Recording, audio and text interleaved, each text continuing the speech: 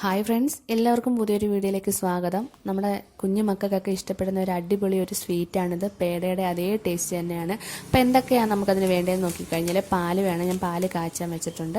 പിന്നെ പാർലേജിയുടെ ബിസ്ക്കറ്റ്, ഇത് രണ്ടും മാത്രം മതി. പിന്നെ നെയ്യ് ഉണ്ടെങ്കിൽ എടുക്കാം, നെയ്യ് ഇല്ലെങ്കിൽ എടുത്തില്ലെങ്കിലും കുഴപ്പമില്ല. അപ്പം ഞാനിവിടെ നെയ്യ് ഉണ്ടായതുകൊണ്ട് എടുത്തിട്ടുണ്ട്. നമുക്ക് മിക്സിയിലിട്ട പാർലേജിയുടെ ബിസ്ക്കറ്റ് പൊടിച്ചെടുക്കണം. പിന്നെ അതിലേക്ക് നമുക്ക് നെയ്യ് ചേർത്ത് കൊടുക്കാം.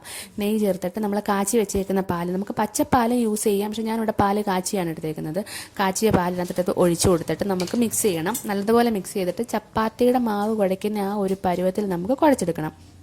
കുഴച്ചെടുത്തിട്ട് അതിൽ നിന്നും ചെറിയ ചെറിയ ബോൾസ് ആക്കിയിട്ട് നമ്മുടെ കൈവെള്ളയിലിട്ട് ഉരുട്ടി ഒരു ചെറിയ ഷേപ്പ് പോണക്കാക്കി എടുക്കുവോ, അല്ലെങ്കിൽ ഒന്നിൽ നമ്മുടെ കയ്യിൽ മോൾഡ് വല്ലതും ഉണ്ടെന്നുണ്ടെങ്കിൽ അതിനകത്ത് വെച്ച് ചെറിയ ചെറിയ ഷേപ്പുകളാക്കി എടുത്താലും നല്ലതാണ്. കുട്ടികൾക്കൊക്കെ ഒരുപാട് ഇഷ്ടപ്പെടുകയും ചെയ്യും. നല്ല സൂപ്പറാണ്, നല്ല അടിപൊളി ടേസ്റ്റാണ് കേട്ടോ. നല്ല പേടയുടെ അതേ മണവും ടേസ്റ്റും മധുരവും എല്ലാം ആണ്.